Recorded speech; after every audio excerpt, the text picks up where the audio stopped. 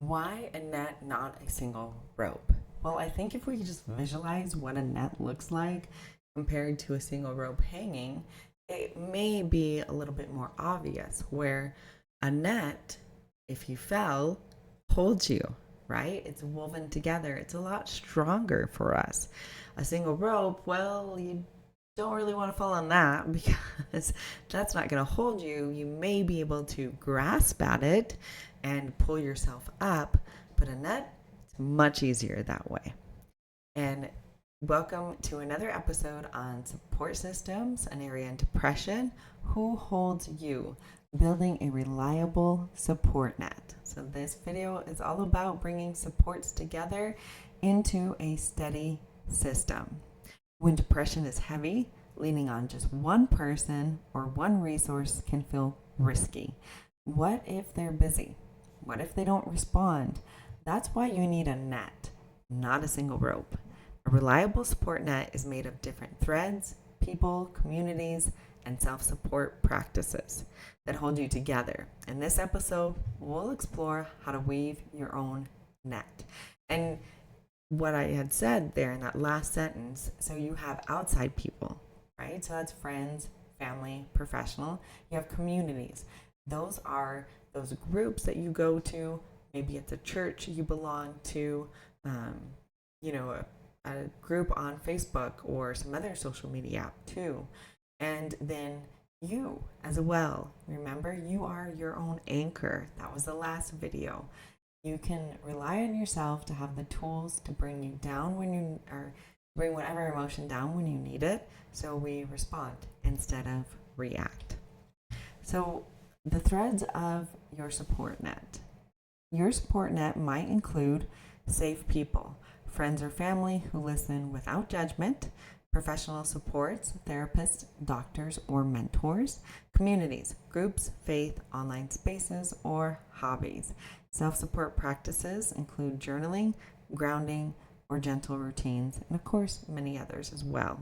The strength comes from variety. Again, think about that net. There's different ropes that go one way, different ropes that go the opposite way, and together they make something a lot stronger than a single rope. So, different supports for different needs. Reframe. I don't need one perfect support, I need a net of steady ones. So cultivating that reliability. So reliability doesn't mean perfection, it means consistency. Signs of reliable support: they follow through on what they say, they respect your boundaries. And of course, I always say this, like, boundaries are a really important thing if they are healthy boundaries. If you are making unhealthy boundaries, that's not great to have in your life. And if you don't know the difference or you're unsure, go see a therapist. They will help you with what is a healthy boundary, what is an unhealthy boundary. And to be honest, so will ChatGPT. You want to throw some boundaries in there and see what that has to say? I'm sure GPT will be just as honest as a therapist would be for you. And they show up with steadiness, not drama. Again, really important.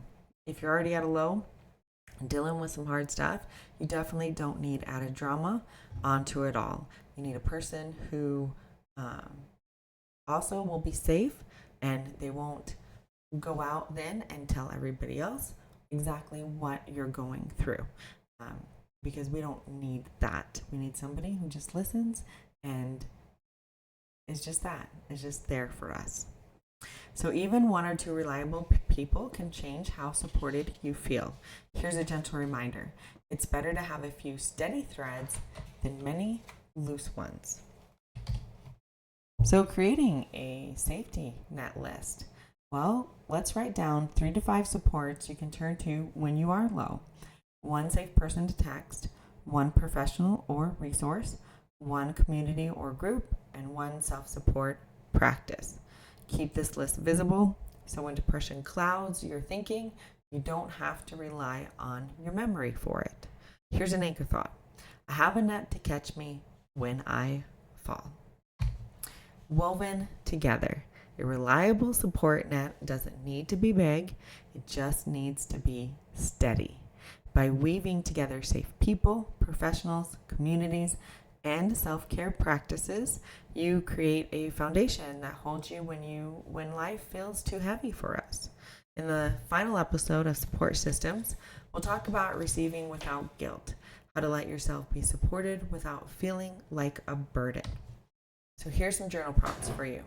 Write down one safe person, one professional, one community, and one self-support practice that you can rely on.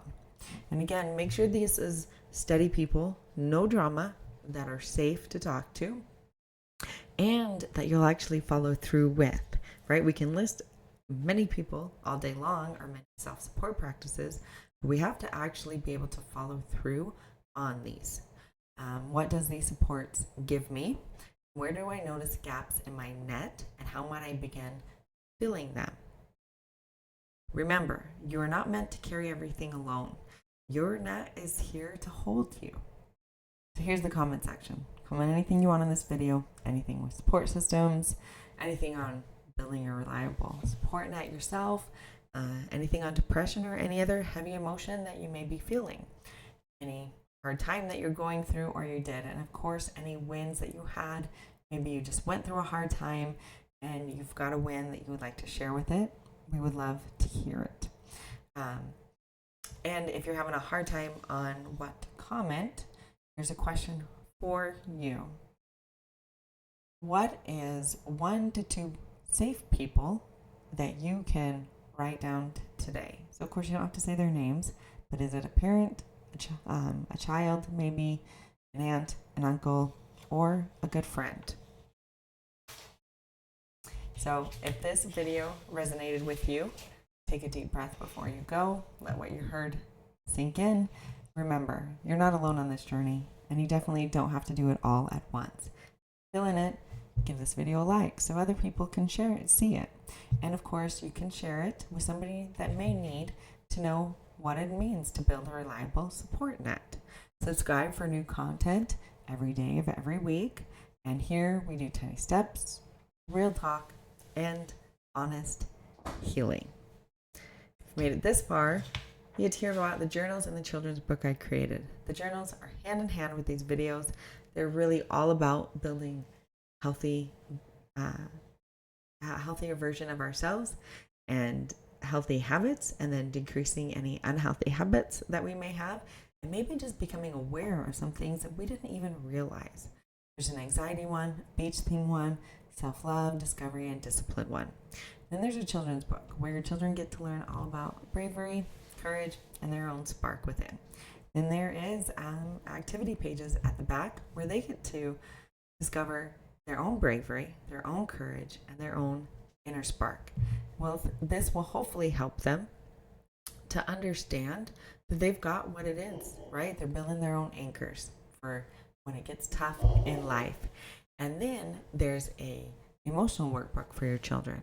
This is some of the foundations that I use in my own private practice, where we talk about what emotions does the child feel and where are they feeling it. And we can put a color to it. What color would it be? So that when we draw in the figure, we can better visualize where we feel this stuff.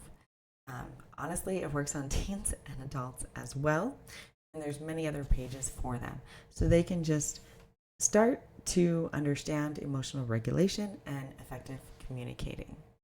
Once again, I'd like to thank you for taking your time out to watch this video, and I hope you have a great day.